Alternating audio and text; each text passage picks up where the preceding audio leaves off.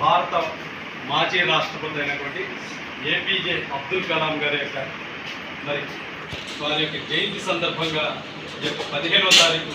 October మీ అందరూ కూడా మరి సేవా కార్యక్రమం నిర్వహిస్తున్నా అబ్దుల్ కలాం గారి యొక్క ఆత్మ శాంతించాలని ఈ సందర్భంగా భగవంతుని ప్రార్థిస్తూ మరి అతి పేద కుటుంబం నుంచి జన్మించినటువంటి అబ్దుల్ కలాం గారు ఈ యొక్క దేశంలో మరి ఉన్నతమైన స్థానం ఏదైనా ఉందంటే అది ఒక రాష్ట్రపతి పదవమ్మ. ఆ యొక్క రాష్ట్రపతి పదవిని కూడా అధిరోహించినటువంటి సామాన్యమైనటువంటి వ్యక్తి మరి అబ్దుల్ కలాం గారు. మరి అబ్దుల్ కలాం గారి గురించి విద్యార్థులు నేర్చుకోవాల్సింది ఏంటంటే విద్య ఎంత అవసరమో, మరి విద్య వల్ల ఒక వ్యక్తి ఈ యొక్క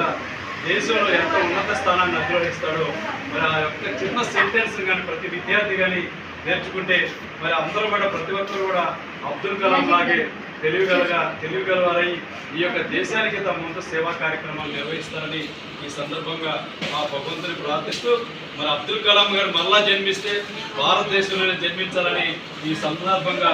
భారతీయులందరూ కూడా కోరిక ఇది. మరొకసారి అబ్దుల్ కలాం గారి యొక్క జయంతి సందర్భంగా ఈ యొక్క నెల్లూరు పట్టణంలో ఉన్నటువంటి గీతామాయి వృద్ధాశ్రమం గీతామాయి బాలభవనంలో ఘనంగా నివాళులర్పించడం జరిగిందని ఈ సందర్భంగా మరొకసారి అబ్దుల్ కలాం గారికి ధన్యవాదాలు తెలియజేస్తున్నాను.